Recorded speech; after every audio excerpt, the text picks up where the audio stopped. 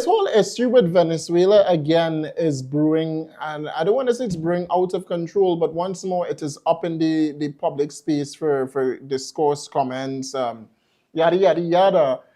Venezuelan President Nicolás Maduro would have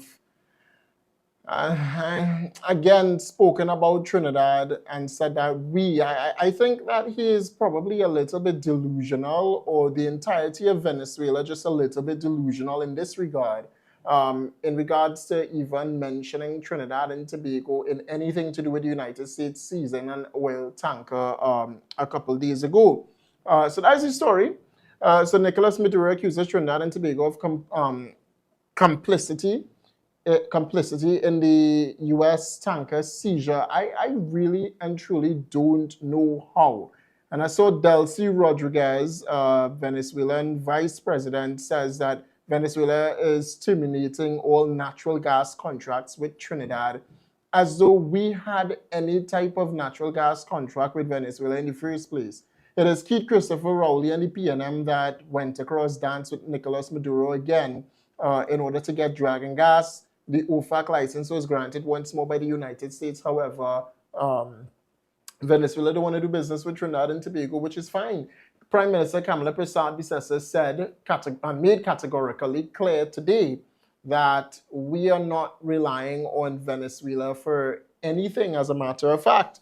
In fact, it is right here in Trinidad and Tobago, and this is for the Ministry of Energy and Energy Industries. We see a boost in production for natural gas and gasoline. All right, after 10 years of decline in the energy sector, the domestic energy sector registered a 5.5% increase in oil production from 52,357 barrels per day in April of 2025 to 55,271 barrels per day by October of 2025.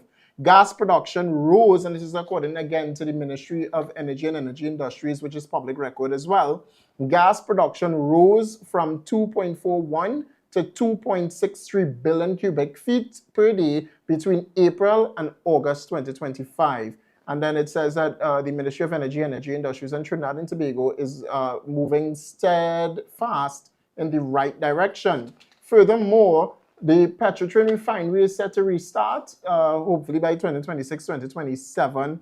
According to the Ministry of Energy and Energy Industries, is that the refinery is poised to become a pivotal element in the government's vision for the energy sector in Trinidad and Tobago. The government is currently evaluating the internal report from the refinery, or for the Refinery Restart Committee, or from the Refinery Restart Committee, which was presented to the Prime Minister, the Honorable Kamala Persad-Bissessar, SCMP, on Thursday, 4th December 2025. If you were to look around Trinidad and Tobago, that would have just been at the start of the year 2 weeks ago. So things are happening in the energy sector per se. We also have regional collaboration going on in the energy sector as well. So Delcy Rodriguez, nobody have time, right? So all the nonsense that Delcy Rodriguez and the Venezuelan President Nicolás Maduro want to condemn Trinidad and Tobago and say that we somehow responsible for any type of oil tanker being seized by the United States, it's totally hogwash.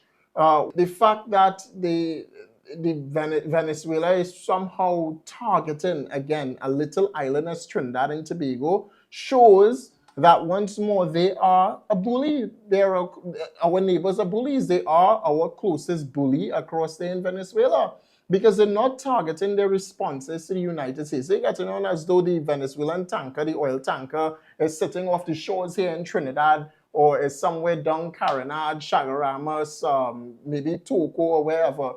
It's not there.